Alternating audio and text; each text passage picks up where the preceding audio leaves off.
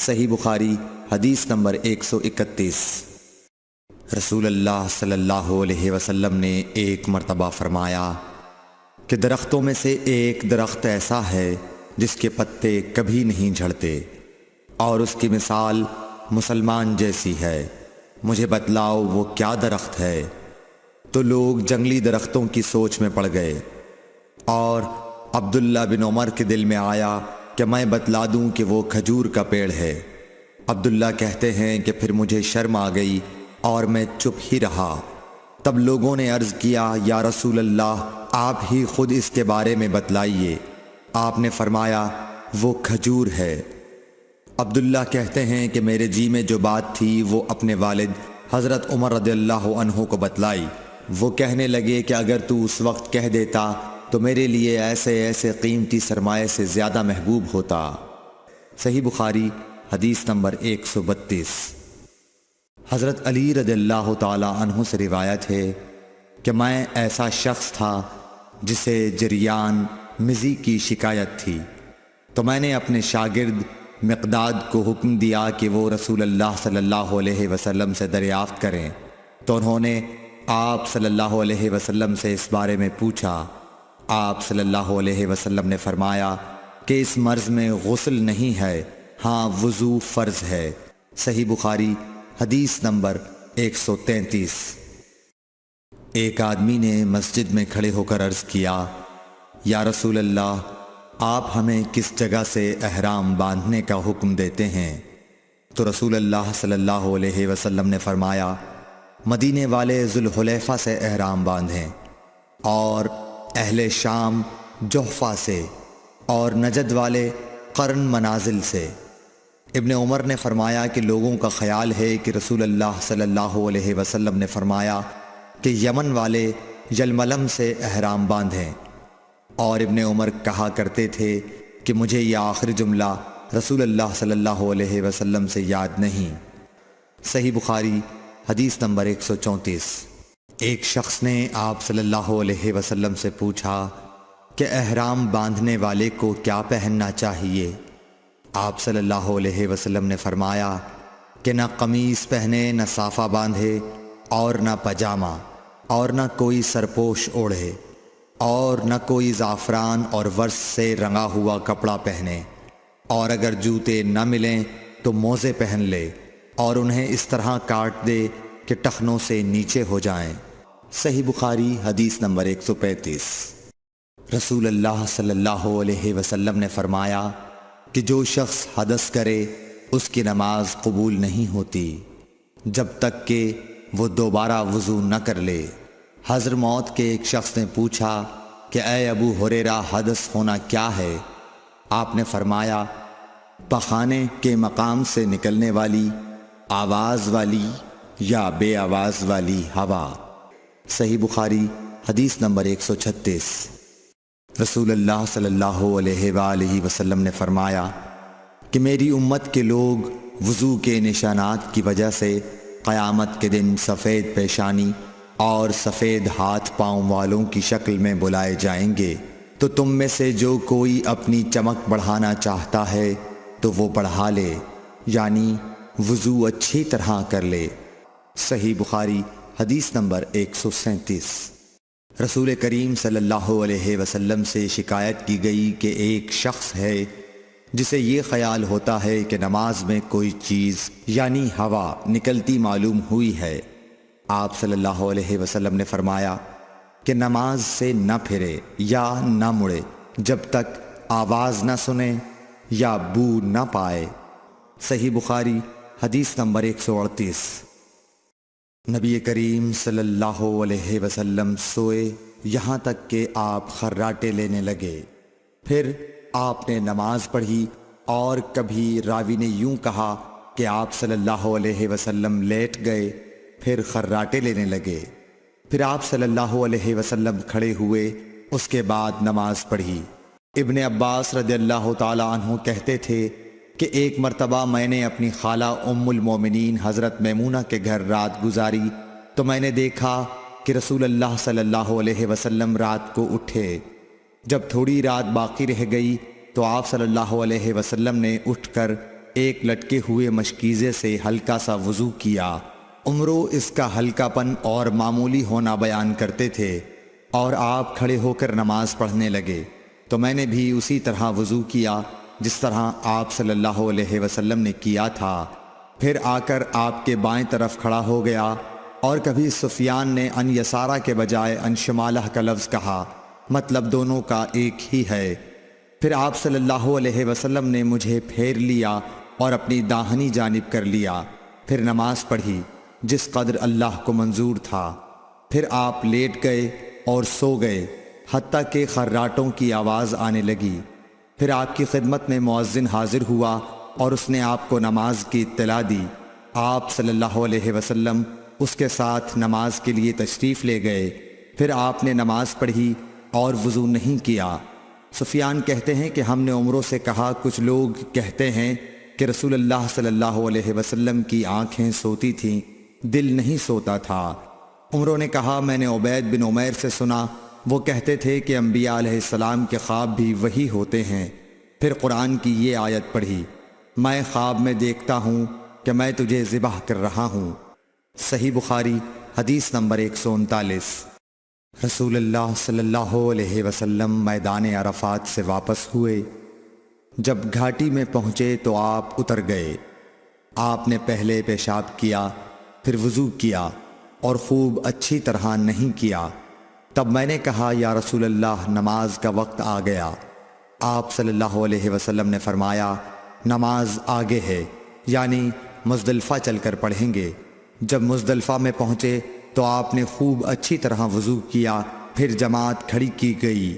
آپ صلی اللہ علیہ وسلم نے مغرب کی نماز پڑھی، پھر ہر شخص نے اپنے اونٹ کو اپنی جگہ بٹھایا۔ پھر عشاء کی جماعت کھڑی کی گئی اور آپ نے نماز پڑھی، اور ان دونوں نمازوں کے درمیان کوئی نماز نہیں پڑھی۔ صحیح بخاری حدیث نمبر 140۔ ابن عباس رضی اللہ تعالی عنہ نے وضو کیا تو اپنا چہرہ دھویا، اس طرح کہ پہلے پانی کے ایک چلو سے کلی کی اور ناک میں پانی دیا، پھر پانی کا ایک اور چلو لیا، پھر اس کو اس طرح کیا، یعنی دوسرے ہاتھ کو ملایا، پھر اس سے اپنا چہرہ دھویا، پھر پانی کا دوسرا چلو لیا اور اس سے اپنا داہنا ہاتھ دھویا، پھر پانی کا ایک اور چلو لے کر اس سے اپنا بایاں ہاتھ دھویا، اس کے بعد اپنے سر کا مسح کیا، پھر پانی کا چلو لے کر داہنے پاؤں پر ڈالا اور اسے دھویا، پھر دوسرے چلو سے اپنا پاؤں دھویا، یعنی بایاں پاؤں۔ اس کے بعد کہا کہ میں نے رسول اللہ صلی اللہ علیہ وسلم کو اسی طرح وضو کرتے ہوئے دیکھا ہے۔ صحیح بخاری حدیث نمبر 131۔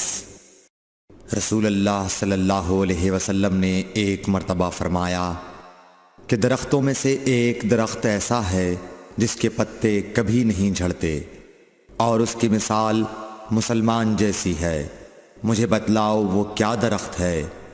تو لوگ جنگلی درختوں کی سوچ میں پڑ گئے، اور عبداللہ بن عمر کے دل میں آیا کہ میں بتلا دوں کہ وہ کھجور کا پیڑ ہے۔ عبداللہ کہتے ہیں کہ پھر مجھے شرم آ گئی اور میں چپ ہی رہا۔ تب لوگوں نے عرض کیا، یا رسول اللہ، آپ ہی خود اس کے بارے میں بتلائیے۔ آپ نے فرمایا، وہ کھجور ہے۔ عبداللہ کہتے ہیں کہ میرے جی میں جو بات تھی وہ اپنے والد حضرت عمر رضی اللہ عنہ کو بتلائی۔ وہ کہنے لگے کہ اگر تو اس وقت کہہ دیتا تو میرے لیے ایسے ایسے قیمتی سرمایے سے زیادہ محبوب ہوتا۔ صحیح بخاری حدیث نمبر 132۔ حضرت علی رضی اللہ تعالی عنہ سے روایت ہے کہ میں ایسا شخص تھا جسے جریان مزی کی شکایت تھی، تو میں نے اپنے شاگرد مقداد کو حکم دیا کہ وہ رسول اللہ صلی اللہ علیہ وسلم سے دریافت کریں، تو انہوں نے آپ صلی اللہ علیہ وسلم سے اس بارے میں پوچھا۔ آپ صلی اللہ علیہ وسلم نے فرمایا کہ اس مرض میں غسل نہیں ہے، ہاں وضو فرض ہے۔ صحیح بخاری حدیث نمبر 133۔ ایک آدمی نے مسجد میں کھڑے ہو کر عرض کیا، یا رسول اللہ، آپ ہمیں کس جگہ سے احرام باندھنے کا حکم دیتے ہیں؟ تو رسول اللہ صلی اللہ علیہ وسلم نے فرمایا، مدینے والے ذوالحلیفہ سے احرام باندھیں، اور اہل شام جحفہ سے، اور نجد والے قرن منازل سے۔ ابن عمر نے فرمایا کہ لوگوں کا خیال ہے کہ رسول اللہ صلی اللہ علیہ وسلم نے فرمایا کہ یمن والے یلملم سے احرام باندھیں، اور ابن عمر کہا کرتے تھے کہ مجھے یہ آخری جملہ رسول اللہ صلی اللہ علیہ وسلم سے یاد نہیں۔ صحیح بخاری حدیث نمبر 134۔ ایک شخص نے آپ صلی اللہ علیہ وسلم سے پوچھا کہ احرام باندھنے والے کو کیا پہننا چاہیے؟ آپ صلی اللہ علیہ وسلم نے فرمایا کہ نہ قمیص پہنے، نہ صافہ باندھے، اور نہ پجامہ، اور نہ کوئی سرپوش اوڑھے، اور نہ کوئی زعفران اور ورس سے رنگا ہوا کپڑا پہنے، اور اگر جوتے نہ ملیں تو موزے پہن لے، اور انہیں اس طرح کاٹ دے کہ ٹخنوں سے نیچے ہو جائیں۔ صحیح بخاری حدیث نمبر 135۔ رسول اللہ صلی اللہ علیہ وسلم نے فرمایا کہ جو شخص حدث کرے اس کی نماز قبول نہیں ہوتی جب تک کہ وہ دوبارہ وضو نہ کر لے۔ حضرموت کے ایک شخص نے پوچھا کہ اے ابو ہریرہ، حدث ہونا کیا ہے؟ آپ نے فرمایا پخانے کے مقام سے نکلنے والی آواز والی یا بے آواز والی ہوا۔ صحیح بخاری حدیث نمبر 136۔ رسول اللہ صلی اللہ علیہ وآلہ وسلم نے فرمایا کہ میری امت کے لوگ وضو کے نشانات کی وجہ سے قیامت کے دن سفید پیشانی اور سفید ہاتھ پاؤں والوں کی شکل میں بلائے جائیں گے، تو تم میں سے جو کوئی اپنی چمک بڑھانا چاہتا ہے تو وہ بڑھا لے، یعنی وضو اچھی طرح کر لے۔ صحیح بخاری حدیث نمبر 137۔ رسول کریم صلی اللہ علیہ وسلم سے شکایت کی گئی کہ ایک شخص ہے جسے یہ خیال ہوتا ہے کہ نماز میں کوئی چیز یعنی ہوا نکلتی معلوم ہوئی ہے۔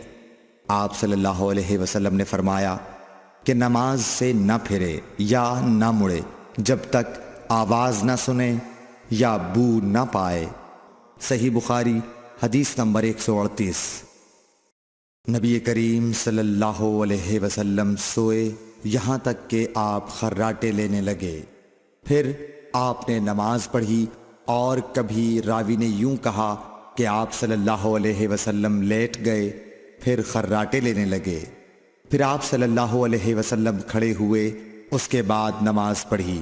ابن عباس رضی اللہ تعالی عنہ کہتے تھے کہ ایک مرتبہ میں نے اپنی خالہ ام المومنین حضرت میمونہ کے گھر رات گزاری تو میں نے دیکھا کہ رسول اللہ صلی اللہ علیہ وسلم رات کو اٹھے۔ جب تھوڑی رات باقی رہ گئی تو آپ صلی اللہ علیہ وسلم نے اٹھ کر ایک لٹکے ہوئے مشکیزے سے ہلکا سا وضو کیا۔ عمرو اس کا ہلکا پن اور معمولی ہونا بیان کرتے تھے، اور آپ کھڑے ہو کر نماز پڑھنے لگے تو میں نے بھی اسی طرح وضو کیا جس طرح آپ صلی اللہ علیہ وسلم نے کیا تھا، پھر آ کر آپ کے بائیں طرف کھڑا ہو گیا، اور کبھی سفیان نے ان یسارہ کے بجائے ان شمالہ کا لفظ کہا، مطلب دونوں کا ایک ہی ہے۔ پھر آپ صلی اللہ علیہ وسلم نے مجھے پھیر لیا اور اپنی داہنی جانب کر لیا، پھر نماز پڑھی جس قدر اللہ کو منظور تھا، پھر آپ لیٹ گئے اور سو گئے حتیٰ کہ خراٹوں کی آواز آنے لگی۔ پھر آپ کی خدمت میں مؤذن حاضر ہوا اور اس نے آپ کو نماز کی اطلاع دی۔ آپ صلی اللہ علیہ وسلم اس کے ساتھ نماز کے لیے تشریف لے گئے، پھر آپ نے نماز پڑھی اور وضو نہیں کیا۔ سفیان کہتے ہیں کہ ہم نے عمروں سے کہا کچھ لوگ کہتے ہیں کہ رسول اللہ صلی اللہ علیہ وسلم کی آنکھیں سوتی تھیں، دل نہیں سوتا تھا۔ عمروں نے کہا میں نے عبید بن عمیر سے سنا، وہ کہتے تھے کہ انبیاء علیہ السلام کے خواب بھی وہی ہوتے ہیں۔ پھر قرآن کی یہ آیت پڑھی، میں خواب میں دیکھتا ہوں کہ میں تجھے ذبح کر رہا ہوں۔ صحیح بخاری حدیث نمبر 139۔ رسول اللہ صلی اللہ علیہ وسلم میدان عرفات سے واپس ہوئے۔ جب گھاٹی میں پہنچے تو آپ اتر گئے۔ آپ نے پہلے پیشاب کیا، پھر وضو کیا اور خوب اچھی طرح نہیں کیا۔ تب میں نے کہا یا رسول اللہ، نماز کا وقت آ گیا۔ آپ صلی اللہ علیہ وسلم نے فرمایا نماز آگے ہے، یعنی مزدلفہ چل کر پڑھیں گے۔ جب مزدلفہ میں پہنچے تو آپ نے خوب اچھی طرح وضو کیا، پھر جماعت کھڑی کی گئی۔ آپ صلی اللہ علیہ وسلم نے مغرب کی نماز پڑھی، پھر ہر شخص نے اپنے اونٹ کو اپنی جگہ بٹھایا، پھر عشاء کی جماعت کھڑی کی گئی اور آپ نے نماز پڑھی، اور ان دونوں نمازوں کے درمیان کوئی نماز نہیں پڑھی۔ صحیح بخاری حدیث نمبر 140۔ ابن عباس رضی اللہ تعالی عنہ نے وضو کیا تو اپنا چہرہ دھویا، اس طرح کہ پہلے پانی کے ایک چلو سے کلی کی اور ناک میں پانی دیا، پھر پانی کا ایک اور چلو لیا، پھر اس کو اس طرح کیا، یعنی دوسرے ہاتھ کو ملایا، پھر اس سے اپنا چہرہ دھویا، پھر پانی کا دوسرا چلو لیا اور اس سے اپنا داہنا ہاتھ دھویا، پھر پانی کا ایک اور چلو لے کر اس سے اپنا بایاں ہاتھ دھویا، اس کے بعد اپنے سر کا مسح کیا، پھر پانی کا چلو لے کر داہنے پاؤں پر ڈالا اور اسے دھویا، پھر دوسرے چلو سے اپنا پاؤں دھویا، یعنی بایاں پاؤں۔ اس کے بعد کہا کہ میں نے رسول اللہ صلی اللہ علیہ وسلم کو اسی طرح وضو کرتے ہوئے دیکھا ہے۔